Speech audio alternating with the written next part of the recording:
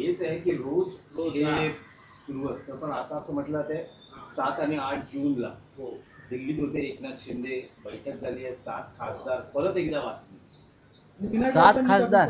हो, शिवसेना, उद्धव 7 बाळासाहेब ठाकरे, खासदार? 9 पैकी 7. अरे नाही, आकडा चुकतोय. 9 पैकी 9 आहे. 9 पैकी 9 असतील किंवा 10 पण असू शकतात. तर मी पण राज्यसभेत आहे, तर 9 पैकी 10 खासदारांचा आकडा हा योग्य आहे. आणि तो आकड्यात गफलत करू नका.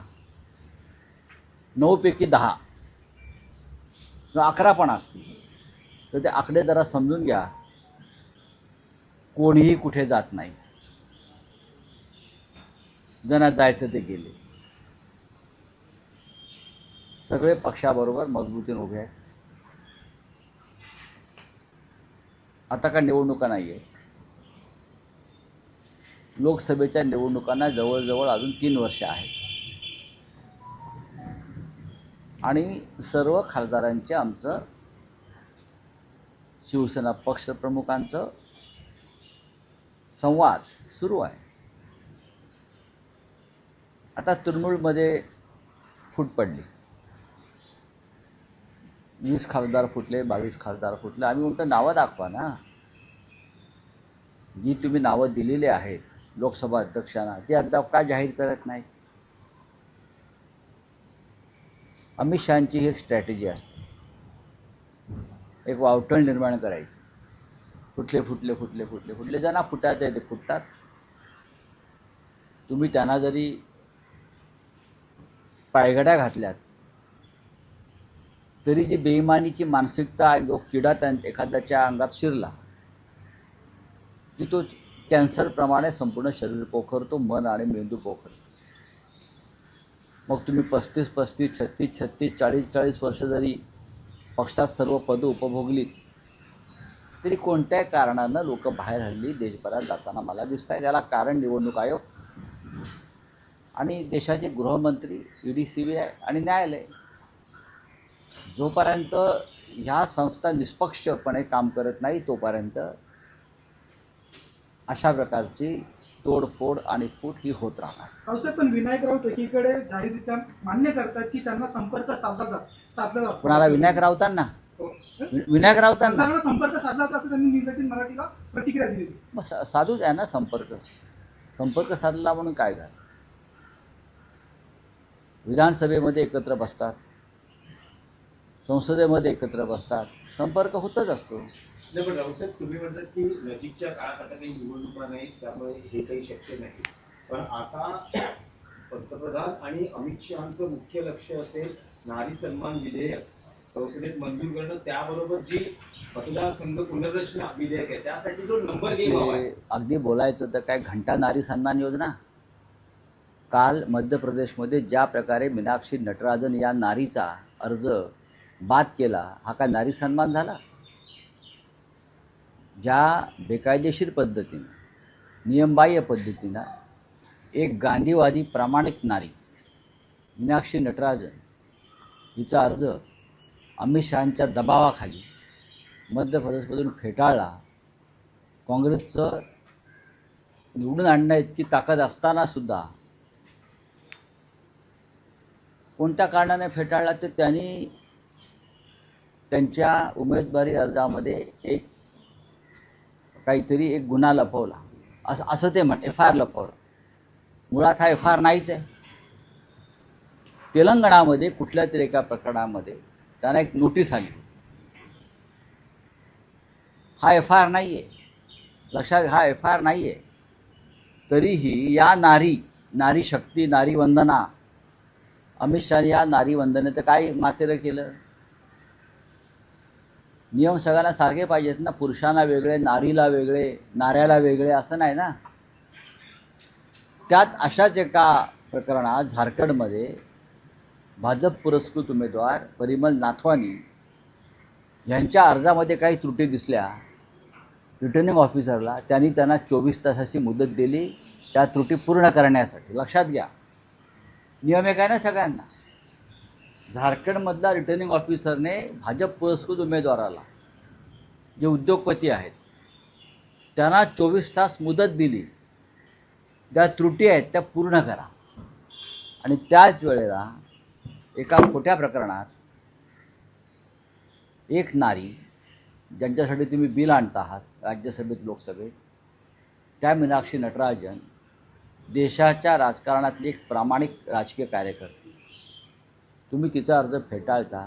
म्हणून म्हटलं कसलं घंटा नारी वंदना, राऊत साहेब, तुम्ही हा तृणमूल घंटा शब्द कापायचा नाही आहे. राऊत साहेब एक राऊत साहेब, तृणमूल काँग्रेस आणि शरद पवारांच्या राष्ट्रवादीचं काँग्रेसमध्ये विलिनीकरण झालं पाहिजे असं आपण मत व्यक्त केलं पाहिजे. असं कोणी मत व्यक्त केलं तुम्ही असे रिपोर्ट्स आहेत, त्या बैठकीत? काय मत आहे? आतमध्ये कोण रिपोर्टर होता मला माहीत नाही. आतमध्ये रिपोर्टरना प्रवेश नव्हता.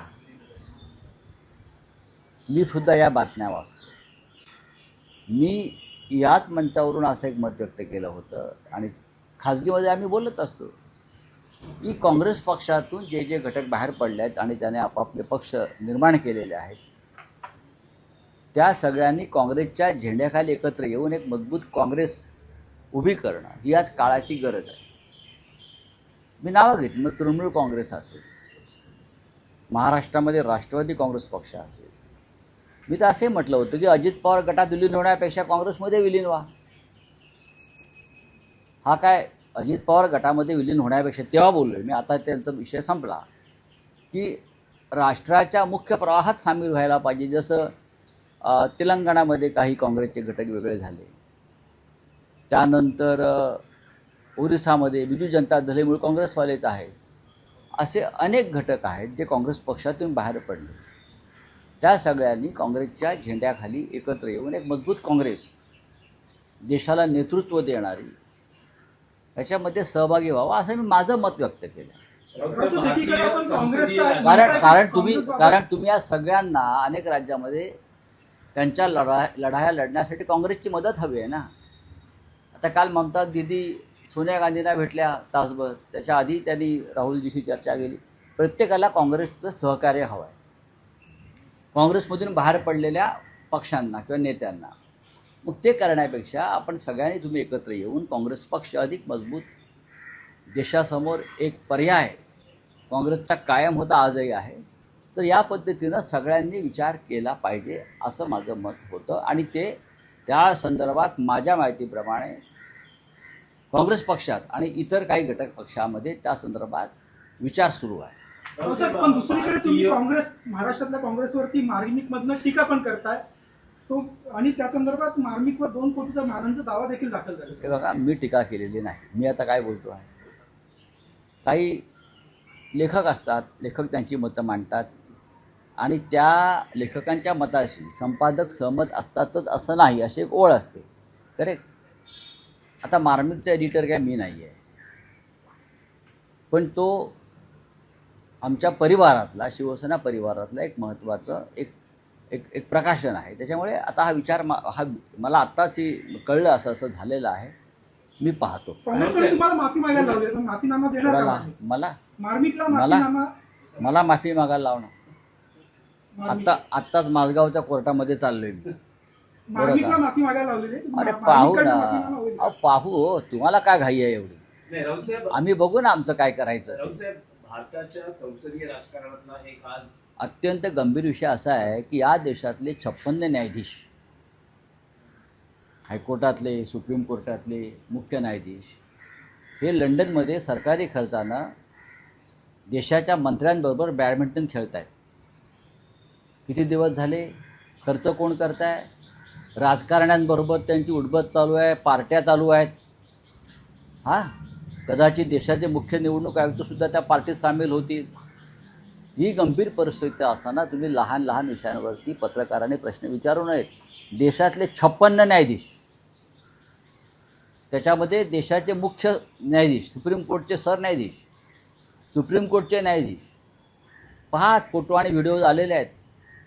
ह्याच्याविषयी पत्रकारांनी अधिक संवेदनशील असायला पाहिजे.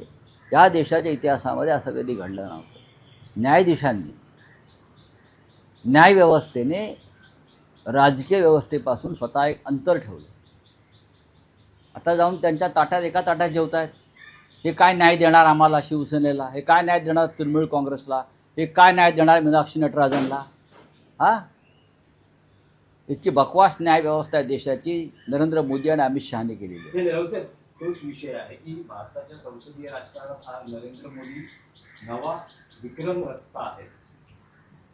जो नेहरूंचा कार्यकाळ होता त्यापेक्षा जास्त त्यांचा कार्यकाळ असेल बघा, आणि त्यासाठी आज एनडीएच्या सगळ्या पक्षाच्या नेत्यांना ते मार्गदर्शनही करणार आहे. प्रधानमंत्री पदावरती वय झालं म्हणून कसलं मार्गदर्शन करतो? त्याच्यावरती काल मी चर्चा केली. पंडित नेहरूंपेक्षा 4 दिवस मी जास्त जगलो.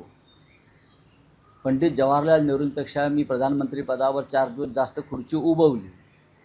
हा विक्रम नाही आहे. तुम्ही या काळामध्ये काय केलं? मी जे म्हणालो ना, तुमच्या काळामध्ये 56 न्यायाधीश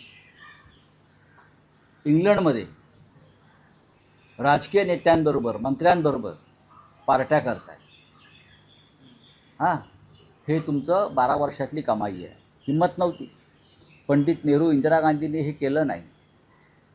आम्ही सांगतो ना तुम्हाला, रावांनी केलं नाही. नरसिंहराव, मनमोहन सिंग, या देशातले 56 प्रमुख न्यायाधीश या देशाच्या राज्यकर्त्या पक्षाबरोबर बॅडमिंटन खेळायला गेल्या लंडनला. आता लवकरच त्यांच्या पार्ट्यांचे फोटो येणार आहेत. बरं, मग कळेल तुम्हाला शिवसेनेला काय न्याय मिळत नाही. आमचं चिन्ह आणि पक्ष एकनाथ शिंदेंच्या हातात का सोपवला, कसा सोपवला? शरद पवार यांचा पक्ष अजित पवारांना कसा सोपवला? एस आय आरमध्ये काय घोटाळे झाले आणि न्यायमूर्तीनं आमचं का ऐकलं नाही? आणि ममता बॅनर्जींचं सुद्धा का ऐकलं नाही हे तुम्हाला आता हळूहळू कळेल. जाऊन बघा लंडनला. मी तुमच्या मालकांशी बोलतो, सगळ्याला लंडनला पाठवा म्हणून. पहा, म्हणजे लाज वाटली पाहिजे न्यायमूर्तींना. शेमलेस. गिरीश महाजन यांनी जे केलेले वक्तव्य आहे ते त्यांचं वैयक्तिक वक्तव्य काल जे त्यांनी केलं होतं असं भारतीय जनता पक्षाचे जे वरिष्ठ लोक आहेत त्यांनी सांगितलं. काय सांगाल? वरिष्ठ म्हणजे कोण? नावं सांगा. त्यांच्यामध्ये कोणीच वरिष्ठ नाही. मोदी सोडले. महाराष्ट्रात देवेंद्र फडणवीस आणि दिल्लीमध्ये नरेंद्र मोदी, दोनच वरिष्ठ आहेत. बाकी कोणी नाही. समुद्राखालून सोडून द्या. आपके क्या है प्रस्ताव आलेला आहे.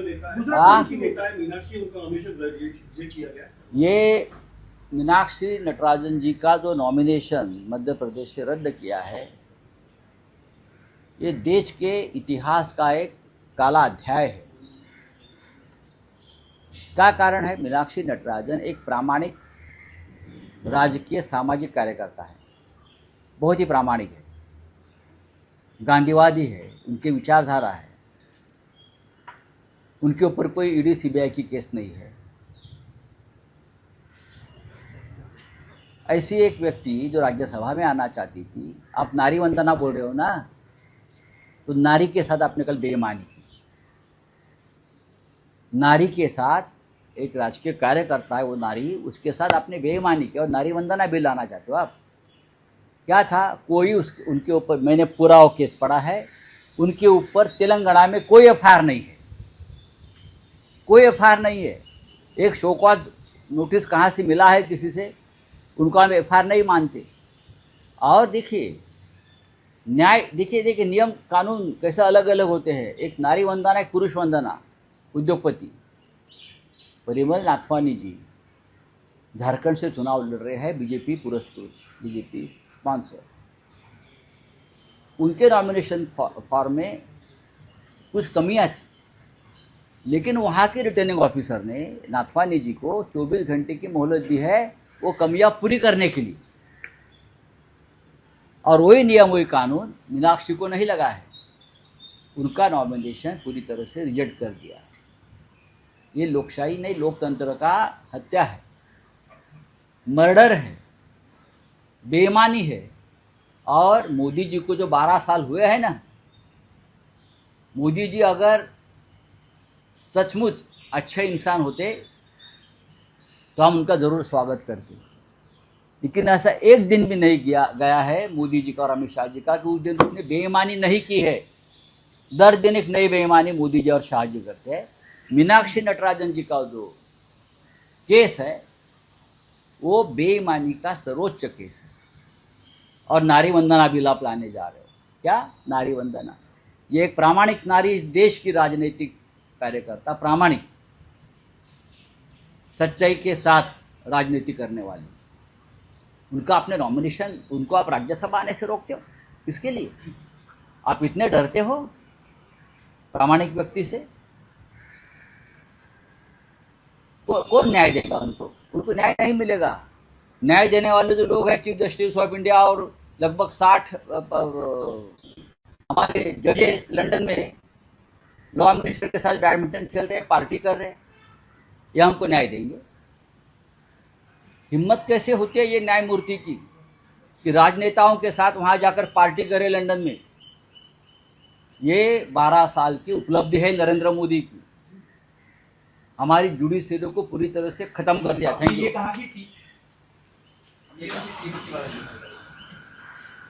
क्या है? टीएमसी और एनसीपी पक्ष जो कांग्रेस से अलग मैंने ये नहीं कहा है किसी पार्टी का नाम लेकर, मैंने कहा कि आज सभी को कांग्रेस पार्टी की मदद चाहिए लड़ाई लड़ने के लिए अपने अपने राज्य में। मैंने देखा कि ममता बनर्जी कल तक कांग्रेस का नाम लेने से बहुत कतराती थी, गुस्सा आता था, लेकिन जब संकट में आ गई, जब उनके ऊपर हमले शुरू हो गए, उनको हराया गया, तब सबसे पहले उनको कांग्रेस की याद आ गई। तो विलीन होना चाहिए ऐसा कहना? तो मैंने कहा कि अब ये समय है कि कांग्रेस पार्टी से जो जो फैक्शन बाहर निकले थे, नेता बाहर निकले थे और उसने अपने अपने दल खड़े किए, चाहे महाराष्ट्र हो, चाहे पश्चिम बंगाल हो, चाहे उड़ीसा हो, चाहे तेलंगाना हो, चाहे आंध्र हो, सभी ने कांग्रेस में आकर कांग्रेस के झंडे के नीचे अपनी नई शुरुआत करनी चाहिए और कांग्रेस को मजबूत करना चाहिए। आघाड़ी की मीटिंग में भी आपने ये बात कही है। देखिए, बात चली है, बात चलती है।